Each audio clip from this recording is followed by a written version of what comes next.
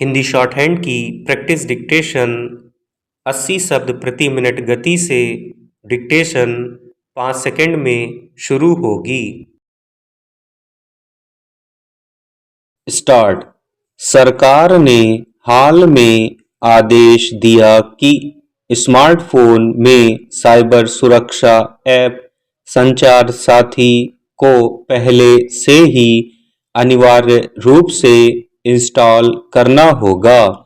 साथ ही मौजूदा mobile phone पर अद्यतन के माध्यम से इसे लगाने का निर्देश दिया गया। इससे एक नया विवाद पैदा हो गया।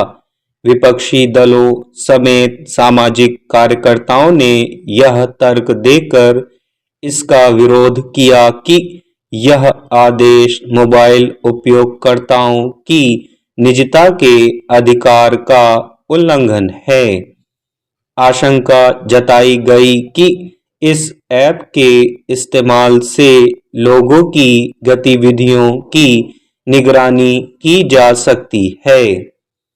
सड़क से लेकर संसद तक इस विरोध की गूंज सुनाई देने पर सरकार ने बुधवार को अपना आदेश वापस ले लिया।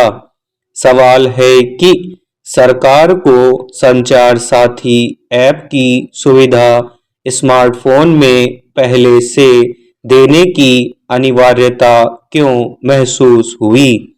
अगर इसका उद्देश्य लोगों को साइबर धोखाधड़ी से बचाना है तो क्या इस सुविधा को ऐच्छिक तौर पर लागू नहीं किया जा सकता था?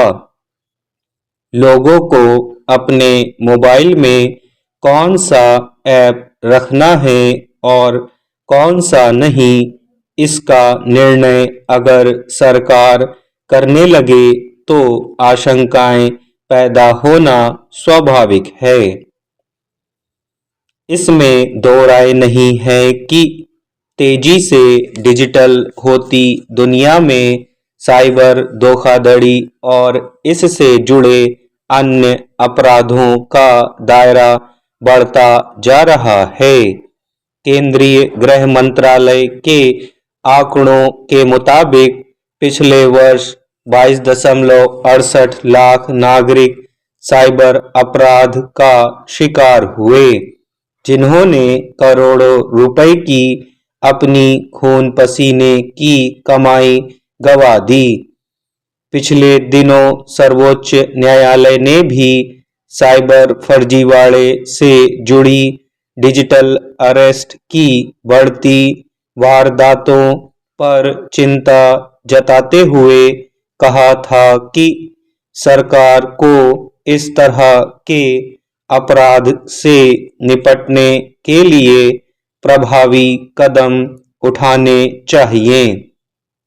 ऐसे में सरकार अगर इस दिशा में कोई ठोस उपाय करती है तो उसका स्वागत किया जाना चाहिए, मगर इसमें लोगों की निजता का पहलू भी महत्वपूर्ण है। क्या अपराध या जोखिम से बचाव के लिए किसी ऐसे औजार का इस्तेमाल अनिवार्य किया जा सकता है जो लोगों में नई तरह की असुरक्षा को लेकर आशंकाएं पैदा कर दे? वैसे भी संचार साथी पहले से ही इंटरनेट पर सर्च इंजन पर मौजूद है और सरकार इसे अनिवार्य रूप से इस्तेमाल में लाने के बजाय लोगों को इसे अपने स्मार्टफोन में लगाने के लिए प्रोत्साहित कर सकती है। हालांकि सरकार की ओर से स्पष्ट किया गया कि मोबाइल उपयोगकर्ता के पास संचार साथी ऐप को हटाने का विकल्प मौजूद रहेगा, मगर विपक्षी दलों का तर्क था कि सरकार के आदेश में कहा गया है कि इस ऐप को इस तरह लगाया जाए कि इसे ना तो हटाया और ना ही प्रतिबंधित या अक्षम किया जा सके। स्टॉप।